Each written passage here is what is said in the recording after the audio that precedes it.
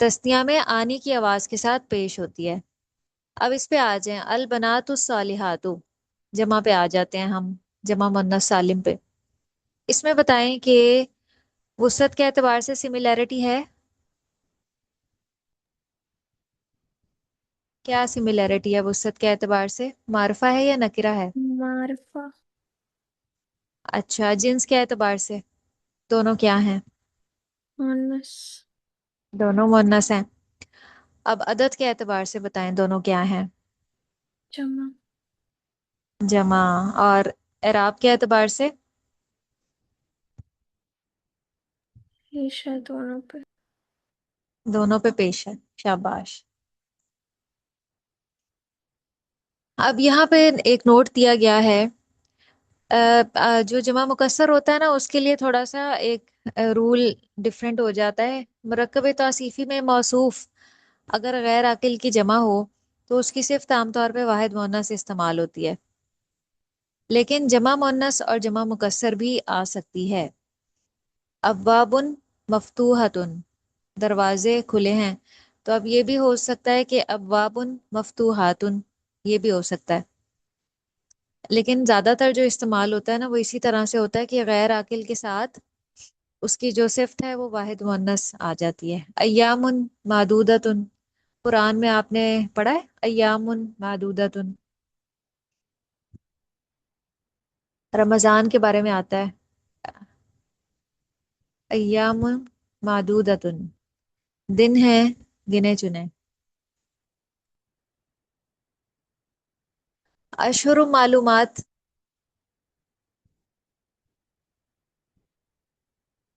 جی، اشہر معلومات مہینے معلوم۔ بقرات سمان، جی، موٹی گائیں۔ بقرات سمان، یہ قرآن میں جہاں سورہ یوسف میں ان کا خواب کا ذکر ہے نا، بادشاہ وقت کا خواب، وہاں پہ یہ ذکر ہے۔ اور صحف مطہرہ، یہ تو آپ نے قرآن میں مثال پڑھی ہی ہوگی، پڑھی ہے؟ ہوں۔ کہاں پہ آتی ہے؟ 30ویں پارے میں ہے؟ ہوں۔ ہے 30ویں پارے میں یا نہیں ہے؟ جی ہے۔ تو یہ اب اس پہ ہم چلیں تھوڑا کام کر لیتے ہیں۔ یہ بتائیں کہ یہ وسعت کے اعتبار سے کیا ہیں دونوں، موصوف اور اس کی صفت؟ معرفہ ہے یا نکرہ ہے؟ نکرہ۔ نکرہ ہے۔ جنس کے اعتبار سے کیا ہے، مذکر ہے یا مؤنث؟ مونس۔ مؤنث ہیں، شاباش۔ اور عدد کے اعتبار سے واحد ہیں، تثنیہ یا جمع؟ واحد۔ اور ان کا اعراب کیا ہے؟ دو پیش۔ دو پیش، مرفوع ہیں۔ اب ہم تھوڑی سی مشق کر لیتے ہیں، آپ مجھے بتائیں گی نیک آدمی، مرکب توصیفی بنانا ہے آپ نے، الف لام ساتھ لگا لیجئے گا۔ نیک کو کہتے ہیں صالح، تو آپ نے چاروں اعتبار سے مطابقت رکھنی ہے، اور اعراب کے اعتبار سے مرفوع ہی ہوگا، کیونکہ جب بھی کوئی اسم اس طرح سے الگ سے لکھا ہو نا، مفرد یا مرکب، تو وہ مرفوع ہی پڑھا جاتا ہے۔ نیک آدمی، آدمی کو کہتے ہیں رجلن، تو بنائیں آپ۔ الصالح الرجل۔ ہاں، پہلے الرجل آئے گا، الرجل الصالح۔ الرجل الصالح۔ اچھا، اب سیکنڈ رہنے دیں، عادل حکمران۔ حکمران کو حاکم کہتے ہیں اور عادل کو عادل ہی کہتے ہیں۔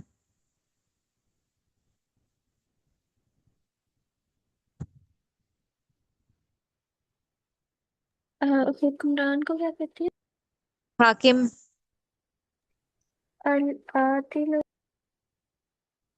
نہیں، عربی زبان میں جو ہے نا موصوف پہلے آتا ہے، یعنی جس کی کوالٹی بیان کی جا رہی ہو۔ الحاکم، الحاکم العادل۔ شاباش۔ دو نیک استاد، سب سے پہلے تو آپ دو استادوں کی اپنے ذہن میں عربی بنا لیں۔ استاد کو معلم بھی کہتے ہیں اور استاذ بھی کہتے ہیں۔ آپ سوچیں، میں آتی ہوں۔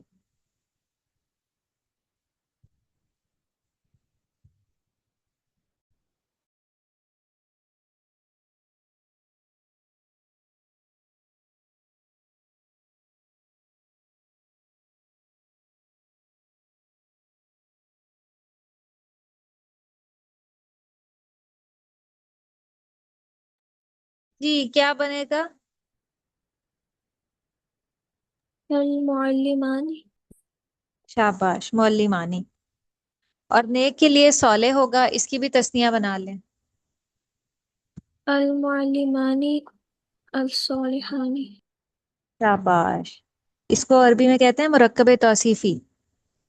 دو نئی گاڑیاں، تو پہلے تو گاڑیاں اس کی آپ تسنیہ بنا لیں۔ ایک گاڑی کو سیارتن کہتے ہیں۔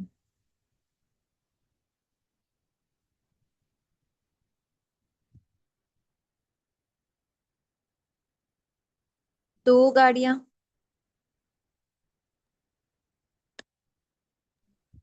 الف نون لگا کے تسنیہ بنائیں۔ سیارتان، سیارتانی۔ اور نئی کو کہتے ہیں جدید، اس کی بھی تسنیہ بنا لیں۔ السیارتان الجدیدان، شاباش۔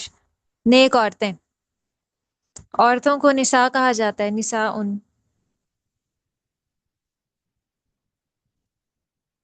اور نیک کے لیے صالحات ان کی جمع مؤنث سالم بنا لیں۔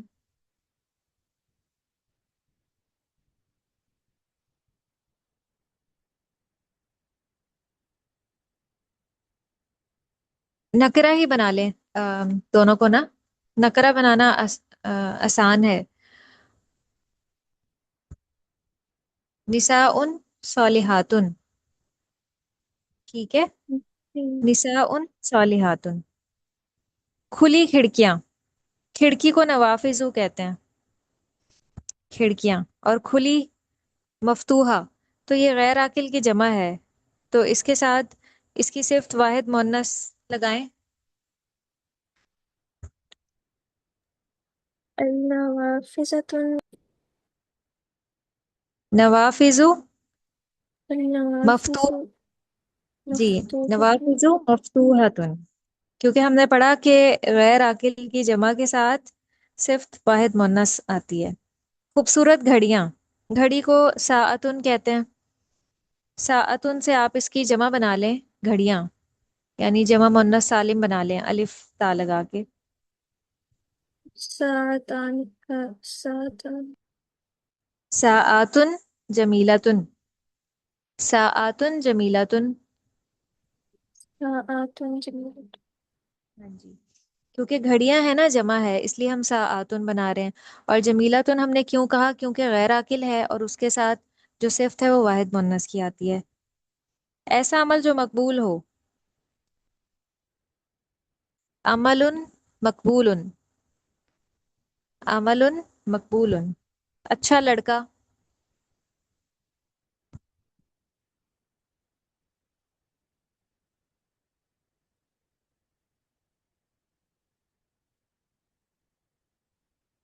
لڑکے کو ولدن کہتے ہیں۔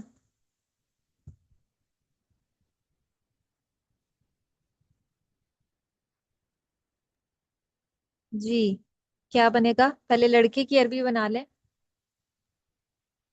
الولد، جی، نکرہ بنا لیں دونوں کو، ولدن صالح، ولد سیدھا راستہ۔ صالح، راستے کو کہتے ہیں صراط، قرآن میں بھی استعمال ہوتا ہے نا۔ اور سیدھے کو مستقیم، تو کیا صراط بنے گا؟ مستقیم، ہاں جی، صراط مستقیم۔ دو محنتی استانیاں، استاذہ تن سے آپ تسنیہ کا صیغہ بنا لیں۔